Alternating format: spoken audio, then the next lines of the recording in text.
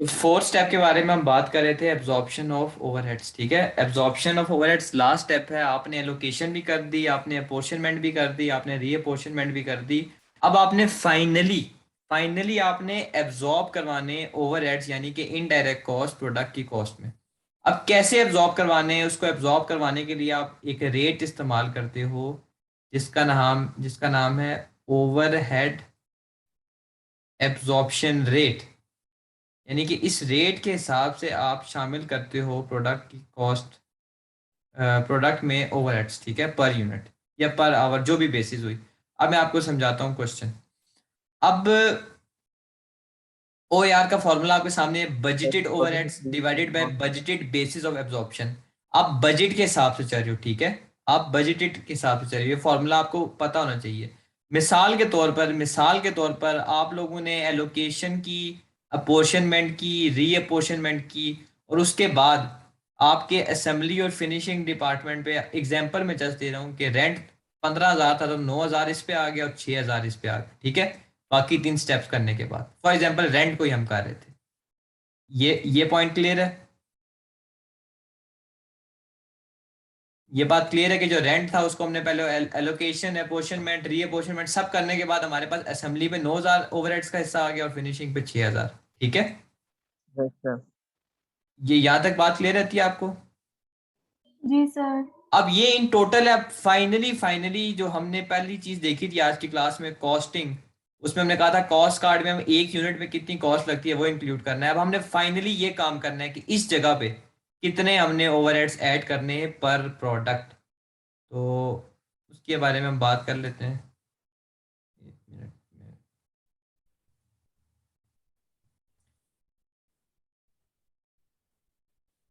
अब रिकॉर्डिंग मैंने लगाई हुई है, उस्मान, फिक्र ना करें।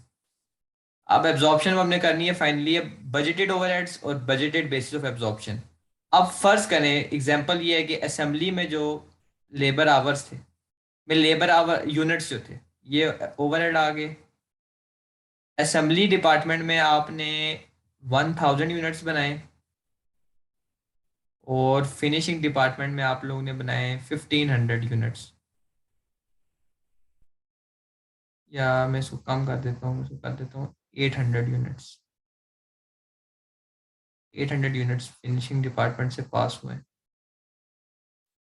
अब हमें क्या पता कि यार इस 9,000 को, अब आप मुझे बताएं कि एक यूनिट में कितना आना चाहिए। इस असेंबली के जो ओवरहेड्स है 9,000, असेंबली के कितना आना चाहिए, और फिनिशिंग के ओवरहेड्स हैं वो पर यूनिट कितने आने चाहिए? 800 यूनिट्स चाहिए, 8,000।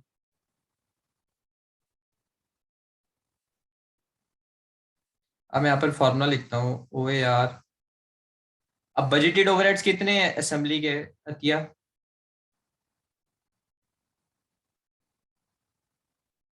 ओवरहेड्स असेंबली के 9,000। 9,000 है।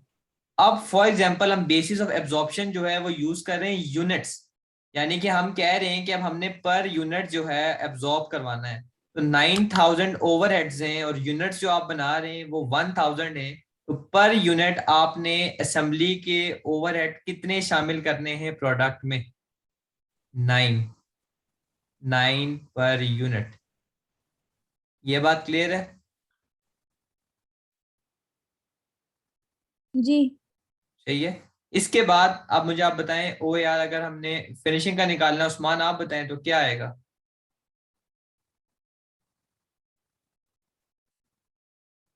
उस्मान, फिनिशिंग का ओ यार क्या आएगा पर यूनिट अगर हमने निकालना है? तो उस्मान तो क्लास में ही नहीं है। फिनिशिंग के ओवरहेड्स हैं वो हैं सेवन अतिया पॉइंट फाइव 6,000 है और ये 800 है, तो पर यूनिट कितना आएगा? Seven seven point point five five तो पर यूनिट जी। निकालना तो बहुत ही आसान है। क्वेश्चन में क्लियरली मेंशन्ड होगा, वो आपसे कहेगा कि ओ आर पर यूनिट निकालना है, या ओ आर पर मशीन आवर निकालना है, या ओ आर प्लस पर लेबर आवर निकालना है। अभी हम ओ आर पर यूनिट निकाल रहे थे। इसका मतलब ये है कि एक जो यूनिट बनेगा उसमें हमने असेंबली डिपार्टमेंट का $9 ओवरहेड का शामिल करना है और फिनिशिंग का 7.5 शामिल करना है। तो ये जो रेंट था 15,000 का, उसको हमने डिवाइड किया, उसको हमने रीडिवाइड किया और उसको हमने फाइनली हमने कहा कि असेंबली का खर्चा, जो असेंबली पे हमारा खर्चा आया उसके हिसाब से आपने एक यूनिट में $9 शामिल करना है, और जो फिनिशिंग का आया उसके हिसाब से एक यूनिट में आपने 7.5 शामिल करना है। तो ये OAR पर यूनिट हमने निकाला, ठीक है। ये बात क्लियर है आपको? जी। अब अब जो है ना, अब हम अपनी बेसिस चेंज करते हैं OAR की। अब फॉर एग्जांपल वो कहता है कि आप मुझे बताएं कि OAR पर आवर आप निकालें। अब हमारी बेसिस है OAR लेबर आवर्स के हिसाब से। अब लेबर आवर्स के हिसाब से मैं बात करूं तो फॉर एग्जांपल एग्जांपल है कि अब हम लेबर आवर्स बेसिस पे चल रहे हैं, OAR प्लस लेबर आवर निकालना है हमने। असेंबली डिपार्टमेंट वाले जो हैं उनमें 1500 लेबर आवर्स काम करते हैं, जबकि फिनिशिंग में 1200 घंटे लेबर काम करते हैं। तो अब मैंने OAR निकालना है असेंबली का पर लेबर आवर, तो वही फॉर्मूला होगा, बजटेड ओवरहेड्स 9000, लेकिन नीचे जो मैं बेसिस लूंगा वो क्या लूंगा, लेबर आवर, जो कि है 1500। इसी तरह मैं फिनिशिंग का निकालूंगा। उस्मान आप क्लास में? जी सर, मैं क्लास में। ठीक है, फिनिशिंग के ओवरहेड्स हैं 6000, ये लास्ट चीज है, इसके बाद क्लास फिनिश करेंगे। और 1200 लेबर आवर्स हैं। अब मुझे बताएं OAR पर आवर क्या आएगा। 9000 डिवाइड बाई 1500 और 6000 डिवाइड बाई 1200, ये तो 5, 6। ये असेंबली 5 का है। 6 आएगा, फिनिशिंग का 5 आएगा। 6 पर लेबर असेंबली आवर, इसका वाले क्या मतलब है 6 पर लेबर आवर और 5 पर लेबर आवर का? सर मतलब 1 घंटे के अंदर ही कितने ओवरहेड्स आ रहे हैं। तो हमने 1 घंटे के हिसाब से $6 असेंबली का खर्चा शामिल करना है और $5 फिनिशिंग का। अब आवर्स की सिचुएशन में आपको पता होना चाहिए कि एक यूनिट को बनाने में कितने घंटे लग रहे हैं। फॉर एग्जाम्पल एक यूनिट को बनाने में 2 आवर्स लग रहे हैं। इसका क्या मतलब है कि एक यूनिट में आपने असेंबली का कितना शामिल करना है, 6 मल्टीप्लाई बाई 2, 12। 12। और जी फिनिशिंग का सर। कितना करना है, 5 मल्टीप्लाई 10। बाई 2, 10। ये बात आती है, आपको समझ आई है? जी। OAR पर आवर जब निकाल रही होंगी, इसकी एक्सप्लेनेशन आप लोगों को समझ आना जरूरी है। इसका मतलब ये होता है, एब्जॉर्ब का मतलब होता है शामिल करवाना, OAR का मतलब होता है कि किस हिसाब से आप शामिल करा रहे हो। यूनिट के हिसाब से कर रहे हो तो वो तो आसान है कि एक यूनिट के हिसाब से इतना डाल दो। अब आप अगर आवर्स के हिसाब से चल रहे हो तो इसमें आपने बजटेड आवर्स लेने। अब ये क्वेश्चन में क्लियरली लिखा होगा कि वो आपसे कहेगा कि मशीन आवर इस्तेमाल करो, लेबर आवर इस्तेमाल करो, यूनिट्स इस्तेमाल करो, OAR पर यूनिट निकालो, आपको मेंशन करेगा। इस चीज का ये मतलब होता है पर आवर का कि 1 घंटे के हिसाब से आपने इतने ओवरहेड की कॉस्ट शामिल करानी है प्रोडक्ट में। अब प्रोडक्ट को बनाने में जितने घंटे लगेंगे उस हिसाब से आपने मल्टीप्लाई कर देना है। ऐसे आपने शामिल कराना है प्रोडक्ट की कॉस्ट में। अब एक तो हमने पढ़ ली बेसिस यूनिट पढ़ ली, एक हमने बेसिस पढ़ ली आवर्स पढ़ ली। अब आवर्स दो तरह के क्वेश्चन में आपको टेस्ट होंगे, लेबर आवर्स और मशीन आवर्स। या तो आपको स्पेसिफिकली दोनों चीजें गिवन होंगी और मेंशन होंगे।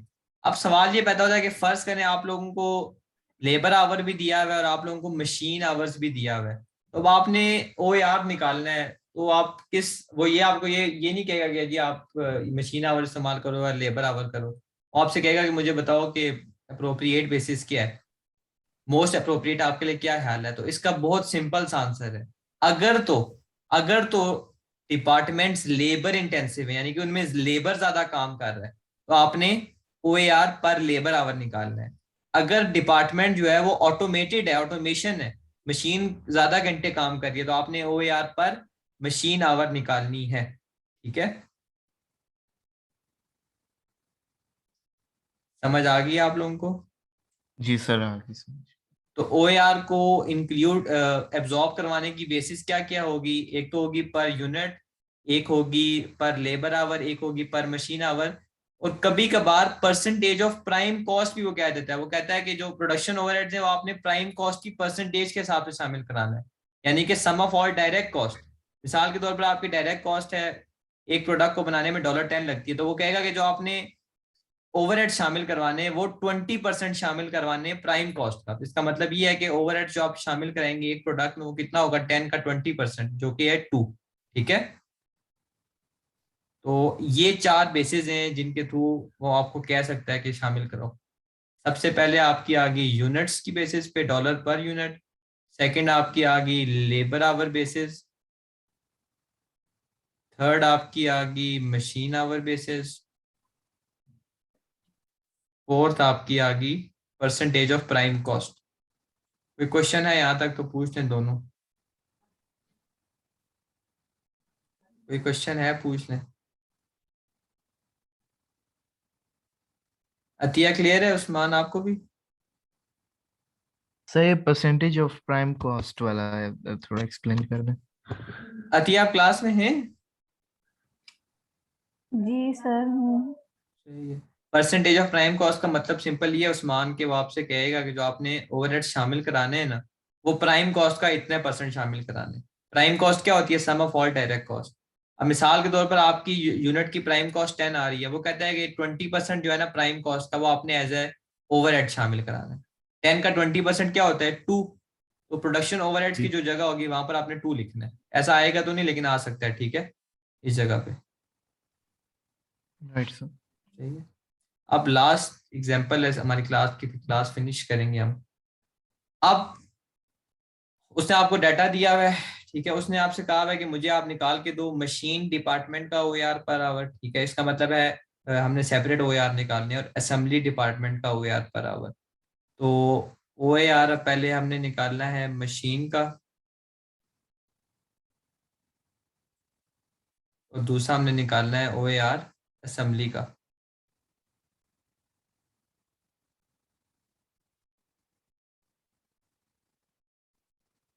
ओआर का फॉर्मूला मशीन का है, तो फिर बजटेड ओवरहेड्स हमने मशीनिंग वाले लेने हैं, और बजटेड लेवल ऑफ एक्टिविटी लेनी है।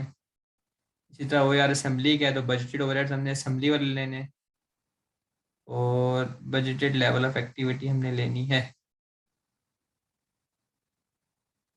अब आप लोगों से मेरा क्वेश्चन ये है कि मशीन के बजटेड ओवरहेड्स कितने? 1 लाख। 1 लाख। और मशीन के लिए आपने लेवल ऑफ एक्टिविटी कौन सी लेनी है? आपको असेंबली के भी घंटे बताए हुए और मशीनिंग के भी बताए हुए।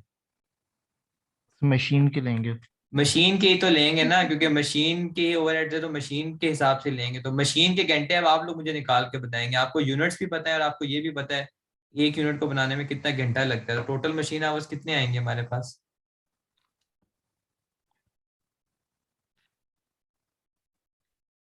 प्रोडक्ट ए के कितने यूनिट्स आप बनाती हैं अतिया? 1000। और एक यूनिट को बनाते हुए आपके मशीन का 1 घंटा लगता है, तो 1000 आवर्स यहाँ पर आ जाएंगे। और प्रोडक्ट बी को की 2000 यूनिट्स आप बनाती हैं, और एक यूनिट को बनाने में 2 घंटे लगते हैं, तो 4000 आवर्स ये आ जाएंगे। टोटल मशीन आवर्स कितने आ जाएंगे? 5000। इससे आप 5000 को डिवाइड कर दें तो वो यार क्या आ जाएगा? 20 आ जाएगा। 20 पर मशीन आवर। एक मशीन आवर के हिसाब से आपने प्रोडक्ट में 20 शामिल करना है मशीनिंग के ओवरहेड्स, ठीक है। असेंबली के हमने निकालने, असेंबली के ओवरहेड्स थे आपके पास 150,000। सर जी जी। सही है, 2000 3000 नहीं आएगा मशीन आवर्स का? देखे ना, क्योंकि टोटल आवर्स हमने 200। निकाल, मैं आपको बताता हूँ। प्रोडक्ट ए 1000 यूनिट्स बनते थे और एक यूनिट को बनाने में 1 घंटा लगता था मशीन का, तो 1000 घंटे आ गए। प्रोडक्ट बी के 2000 यूनिट्स बनते थे, एक यूनिट को बनाते हुए 2 घंटे लगते हैं, 4000 घंटे आ गए। टोटल आवर्स 5000 आ गए, राइट सर जी। ठीक है। अब असेंबली के आवर्स निकालने, तो 1000 मल्टीप्लाई बाय 1, प्रोडक्ट ए को बनाते हुए असेंबली के इतने घंटे लगते हैं, प्लस 2000 मल्टीप्लाई बाय 0.5, एक यूनिट को बनाते हुए आधा घंटा लगता है, और प्लस प्रोडक्ट सी को है वो है 500 मल्टीप्लाई बाय 4, 2000। तो 2000 और 1000, 3000 प्लस 1000, 4000। 4000 आवर्स आ जाएंगे। तो ओ यार हमारा क्या आ जाएगा? 150 डिवाइडेड बाय 4000 करें।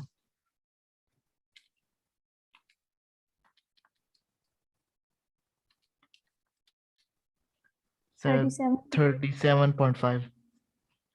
37.5 पर असेंबली आवर। एक असेंबली आवर के हिसाब से आपने प्रोडक्ट में कितना शामिल करना है? 37.5।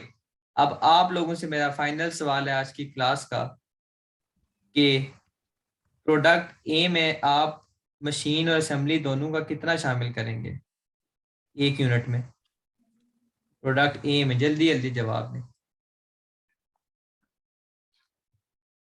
2000 से। एक यूनिट में कितना शामिल करेंगे प्रोडक्ट ए में।